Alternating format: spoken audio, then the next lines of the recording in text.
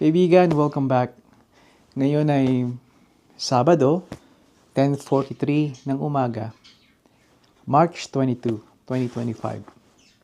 Ang temperatura namin sa labas ay 6 degrees. Laging mas mataas kami ng ilang sentigrado sa mismong puso ng Toronto. Medyo norte kami. Greater Toronto ang tawag doon. In time, sabihin ko sa inyo kung saang town kami. Sa iba na mapagmatsyag, nakikita siguro yung mga lugar dito at may idea sila kung taga-saan kami. Pero sa ngayon, sabihin natin norte kami ng Toronto. Hindi kami nagkakalayo masyado sa temperatura. May pagkakaiba pero hindi masyado. Mas maraming snow, mas konti kaming mas malamig, pero hindi signifikanto na ganun.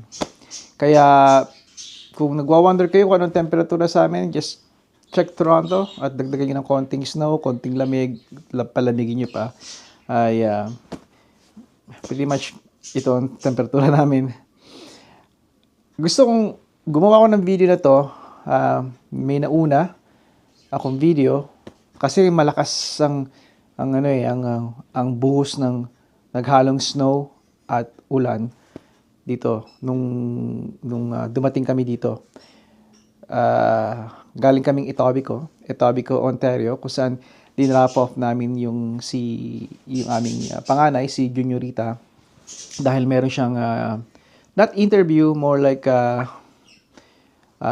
anong tawag na doon? Yung training sa atin, di ba? Orientation training. Dalawang araw yon, ngayong Sabado at bukas. Dahil natanggap na siya doon sa trabaho. Ang trabaho niya ay sila yung pinapadala sa iba't ibang mga eskwelahan, sa iba't ibang province, kaya mapapalayo siya sa amin. At doon nila iti-train, tutulong sila sa mga sa eskwelahan ng pagsasana. Hindi ko pa eksaktong alam dahil I feel like a terrible father, ano. Pero i-fill up niya, papaliwanag niya sa akin ng yung talagang trabaho nila. Alam ko katulong sila ng mga maestra at sa eskwelahan, sa pagsasanay sa mga estudyante. Pupunta siya I believe pupunta siya sa St. John's Pero ang alam ko, yung aking Juniorita ay masyado nang lumalaki na siya at feeling ko palayo na siya sa akin dahil meron siya mga pangarap na hinahabol, na sinusundan, at ito ang turo ko sa kanya, ni Mrs. T, na porsigihin ang kanilang pangarap habang maaga pa. Sabi ko sa kanya na marami kang matututunan sa tatay. Mga pangarap na hindi pinursige. Pasensya na kayo doon sa ibon. Marami kaming mga ibon dito, mga kanyor.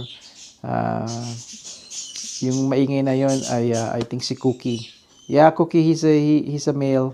Pero Cookie ay pinangalan ng una niyang owner.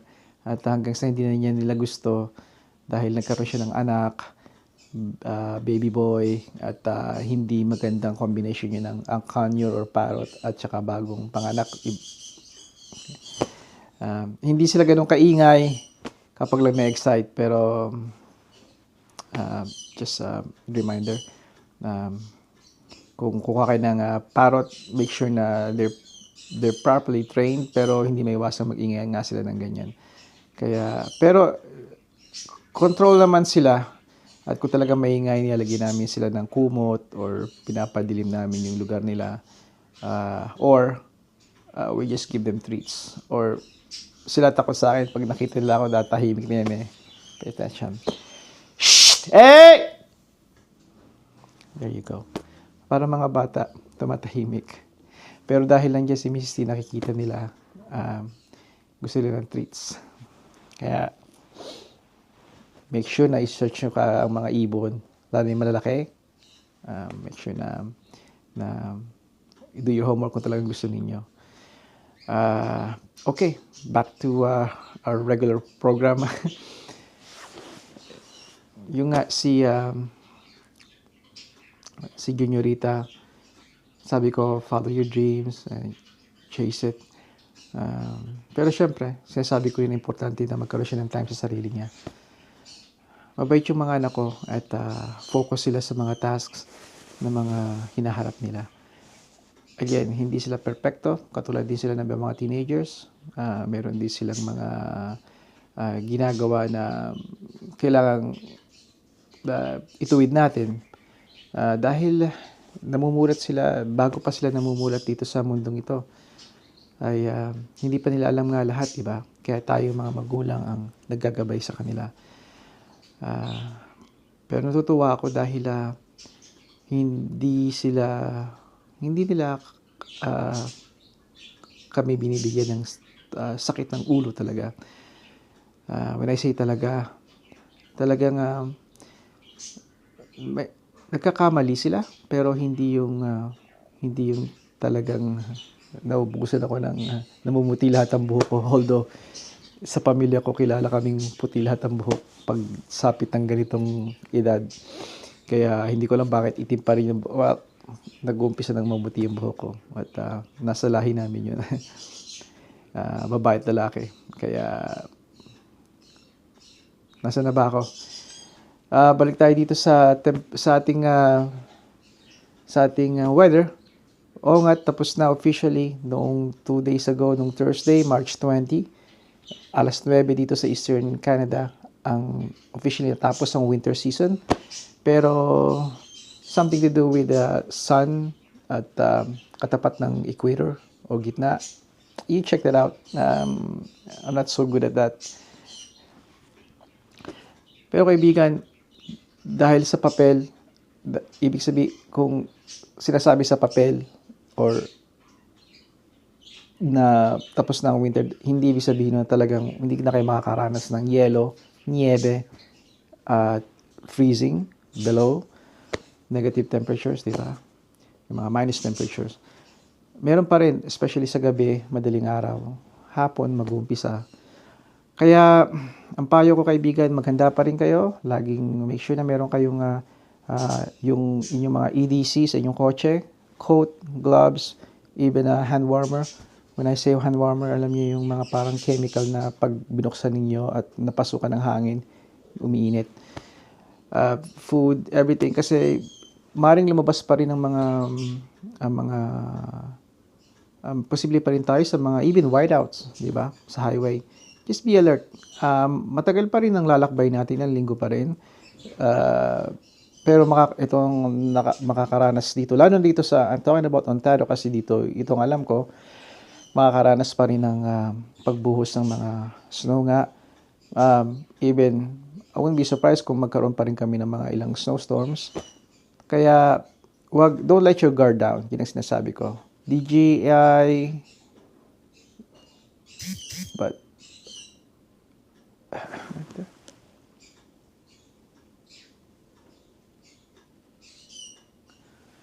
okay, may error na lumabas. Pero, not the error dahil sa camera mo. Baka itong aking mic maubos na yung battery. Storage. Ayun lang ang mensahe ko. Kung dito sa Toronto, ang huling last frost, which yun ang inaabangan ng lahat, especially mga mahilig magtanim, mga gardener, unang linggo ng May ay ang last frost ng spring last frost yun ng spring. Meaning, kapag yun ang dumating, maghintay pa kayo ng isang linggo pa. So, gitna ng May, pwede na kayo magtanim ng paborito nyong gulay, halaman, di ba? Ampalaya, pangpakbet, kamatis, pwede nyo nang ilabas yun. Pero, maghanda pa rin kayo sakali man na maging alerto pa rin kayo dahil Toronto yon. Sa amin, a little north kami ng Toronto, ang last frost namin ay ika-10 araw ng Mayo or second week ng Mayo. Tunay yun dahil naranasan ko yun. Eksaktong May 15, nagkaroon pa rin kami ng yellow storm. Hindi ko na matandaan kung anong year yun, pero posible. Kung ganoon ang case, second week ng May, that means magtatanim ako, kung ako magtatanim, hihintayin ko pa yun ng wait another week. Laging ang last frost, ito ang last frost, bago ako magtanim, alam ko ang last frost. Kung ang last frost ay May 1, then maghihintay pa kayo ng 1 linggo, May 7, May 8, yun ang ideal na magtanim kayo, mailabas nyo yung mga pananim mula sa inyong basement, sa inyong bahay, sa attic o saan man nyo, kasama kayo nagpauna magtanim.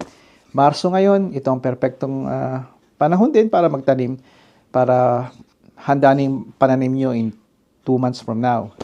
March, April, May, ganun, di ba? 5 weeks na pananim nyo. Little idea sa inyo. Yung iba, mas maaga pa, nagtatanim na eh. Pebrero, may tanim na sila. Kaya, yun nga, laging maging alerto. Itong kagandahan, kaya natutuwa ako, pag may tunay na 4 seasons kayo, summer, fall, winter, and spring, ay napapaghanda nyo. Remember, every 3 months yung mga yon. Pero that doesn't mean na natapos na sila. For example, nga nito, tapos na ang winter, that doesn't mean na wala ng lamig. Kaya, yun lang mensahe ko sa inyo. Wala akong nakikitang nagsasabi nito na mga kababayan ko. Kung meron man, hindi ko pa sila nakikita. Make sure you tag yourself sa inyong video. Mga kaibigan ko nagbi-video rin. Tag nyo yung Buhay Canada or Buhay Amerika. Yun ang aking mga hinahanap. At yun lang ang aking keyword na hinahanap. Wala nang iba pa.